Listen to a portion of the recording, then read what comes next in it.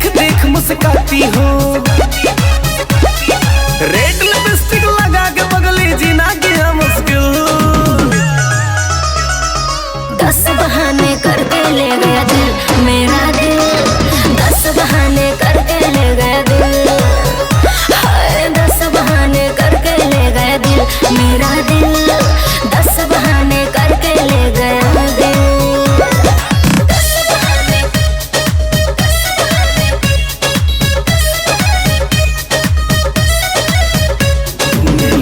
मेरा चैन मैं तो जादू सारी रैन, मुझे किया बदले तेरी कारी कारी नैन।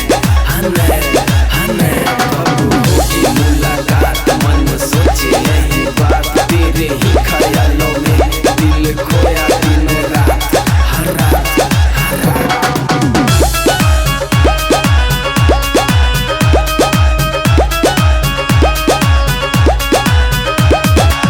कैसे यकीन करूं मरती हो मुझे पे, हमको भरोसा नहीं होता है तुझ पे। ऐसे ना बोलो, बात ही कुछ ऐसा है।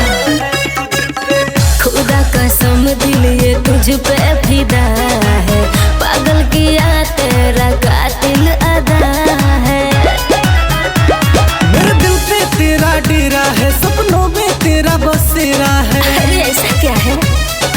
होठ गुलाबी चाल शराबी हो तुम प्यार की चिल।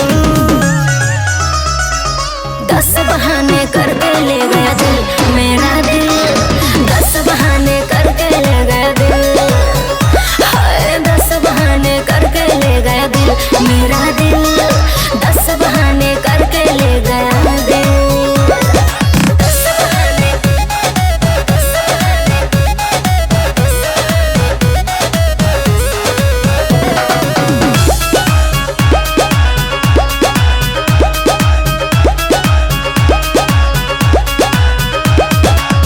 चाहने वाले तेरे आशिक हजार, अच्छा।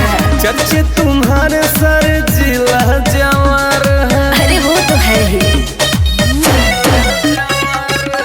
तेरे लिए मैं तो सजती संवरती, सोनू सने ही मैं तुझ पे